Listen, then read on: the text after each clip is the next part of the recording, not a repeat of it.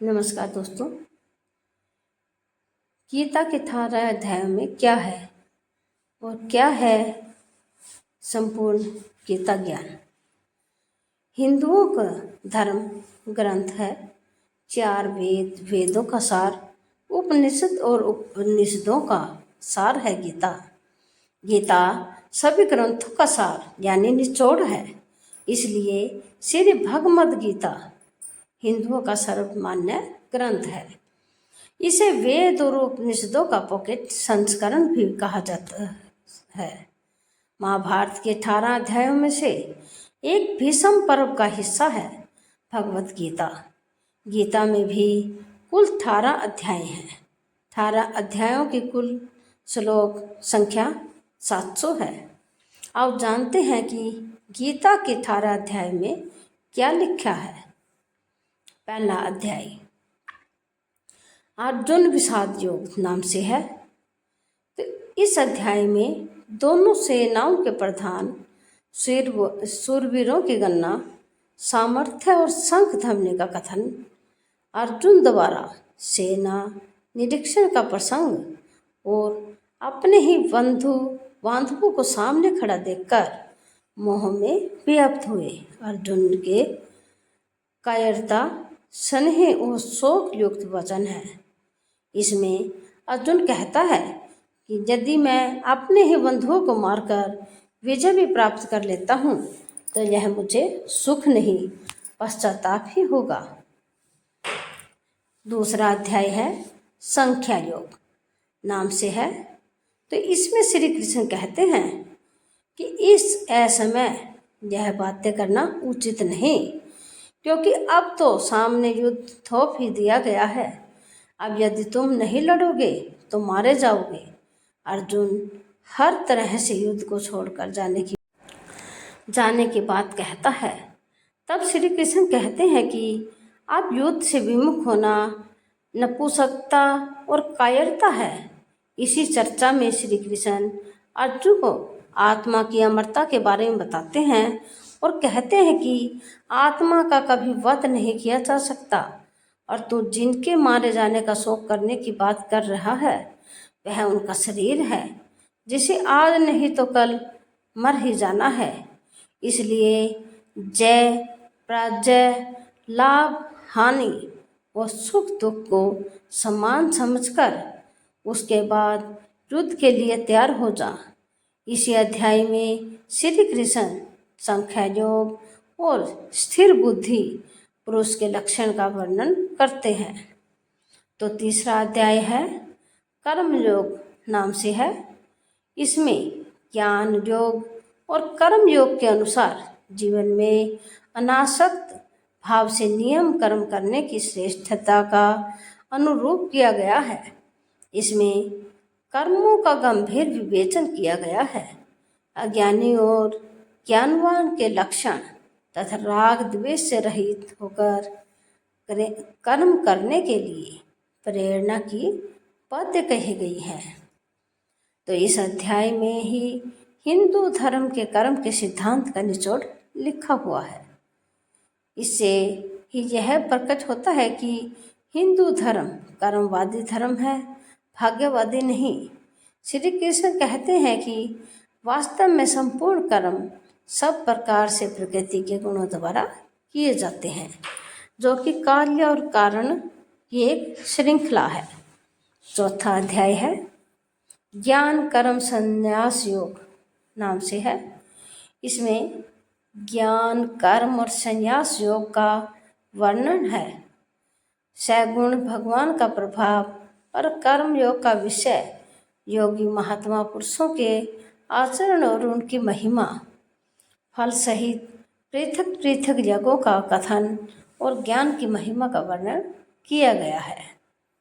पांचवा अध्याय है कर्म संन्यास योग नाम से है। इसमें सांख्य योग और कर्म योग का निर्णय, सांख्य योगी और कर्म योगी के लक्षण और उनके महिमा, ज्ञान योग का विषय और भक्ति सहित ध्यान योग का वर्णन किया गया है। उपरोक्त सभी योगों के वर्णन में अध्यात्म ईश्वर, मोक्ष, आत्मा, धर्म, नियम आदि का वर्णन है।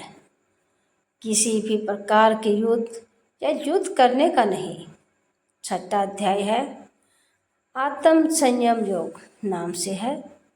इसमें कर्म योग का विषम और योगारूढ़ पुरुष के लक्षण, आत्म उद्धार के लिए प्रेरणा और भगवत प्राप्त पुरुष के लक्षण, विस्तार से ध्यान योग का वर्णन, मन के निग्रह का विषय, योग भ्रष्ट पुरुष की गति का विषय और ध्यान योगी की महिमा का वर्णन किया गया है। सातवां अध्याय है ज्ञान विज्ञान योग से।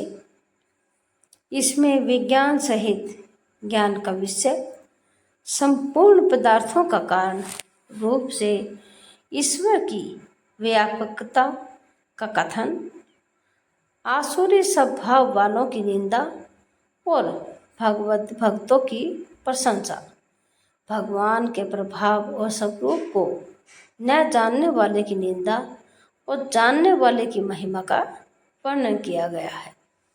तो आठवां अध्याय है अक्षर ब्राह्मण योग नाम से है। इसमें ब्राह्मण, अध्यात्म और कर्माधि के विषय में अर्जुन के 7 प्रश्न हैं और श्री कृष्ण के द्वारा दिए गए उनके उत्तर हैं। भक्ति योग का विषय और शुक्ल एवं कृष्ण मार्ग के रहस्य का वर्णन है। 9वां अध्याय है राज विद्या राजगुमहा योग नाम से है। इसमें प्रभाव सहित ज्ञान का विषय है। इसमें जगत का ईश्वर से संबंध और प्रकृति तत्वों की चर्चा है। इसमें जगत की उत्पत्ति का विषय, भगवान का तिरस्कार करने वाले असुर प्रकृति वालों की निंदा और दैवी प्रकृति वालों के भगवत जन का प्रकार, सर्वात्म रूप से प्रभाव सहित भगवान के स्वरूप का वर्णन, सकाम और निष्काम उपासना का फल और निष्काम भगवत भक्ति की महिमा का वर्णन किया गया है। नंबर 10वां अध्याय है विभूति योग नाम से। इसमें भगवान की विभूति और योग शक्ति का कथन तथा उनके जानने का फल और प्रभाव सहित भक्ति योग की कथन, अर्जुन द्वारा भगवान की स्तुति तथा विभूति और योग शक्ति को कहने के लिए प्रार्थना, भगवान द्वारा अपनी विभूतियों और योग शक्ति का वर्णन है। विभूति अर्थात सिद्धियाँ और शक्तियाँ। नंबर 11वां अध्याय विश्व रूप दर्शन योग नाम से है।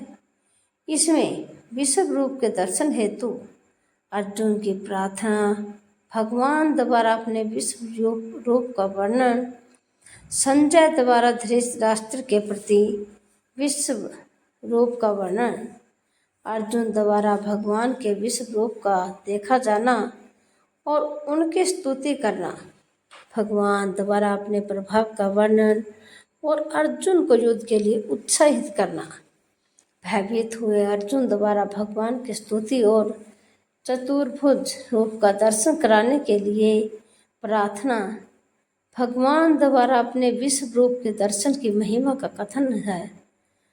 चतुर्भुज और सौम्य रूप का दिखावा जानना, बिना अनन्य भक्ति के चतुर्भुज रूप के दर्शन की दुर्लभता है का और फल सहित अन्य भक्ति का वर्णन है। 12वां अध्याय है भक्ति योग नाम से। इसमें साकार और निराकार के उपासकों की उत्तमता का निर्णय और भगवत प्राप्ति के उपाय का वर्णन है और इसमें भगवत प्राप्त पुरुषों के लक्षण बताए गए हैं। 13वां अध्याय है क्षेत्र विभाग योग से नाम से है। इसमें ज्ञान सहित क्षेत्रज्ञ के विषय में वर्णन है और ज्ञान सहित प्रकृति पुरुष के विषय का विशद वर्णन किया गया है। अर्थात स्थिति, ज्ञान, आत्मा, परमात्मा और पंच तत्वों का रहस्यमय ज्ञान है। 14वां अध्याय है गुण त्रय विभाग योग नाम से है। इसमें ज्ञान की महिमा और प्रकृति पुरुष से जगत की उत्पत्ति का वर्णन है। सत्व रज तम तीनों गुणों का विषय का विशद विवेचन है। इसके अलावा भगवत प्राप्ति का उपाय और गुणातीत पुरुष के लक्षण बताए गए हैं। 15वां अध्याय है पुरुषोत्तम योग नाम से। इसमें संसार को उल्टे वृक्ष की तरह बताकर भगवत प्राप्ति के उपाय बताए गए हैं। इसमें जीवनात्मा के विषय का विशद विवेचन और प्रभाव सहित परमेश्वर के स्वरूप का वर्णन किया गया है और इसमें क्षर अक्षर पुरुषोत्तम के विषय के भी विशद वर्णन है। 16वां अध्याय है देवासुर संपत्ति भाग योग नाम से है। इसमें फल सहित दैवी और आसुरी व्यक्ति और संपदा का कथन किया गया है। आसुरी संपदा वालों के लक्षण और उनकी अधोगति का वर्णन भी मिलेगा। इसके अलावा शास्त्र विपरीत आचरणों को त्यागने और शास्त्र अनुकूल आचरणों के लिए प्रेरणा दी गई है। 17वां अध्याय है श्रद्धा त्रय विभाग योग नाम से है।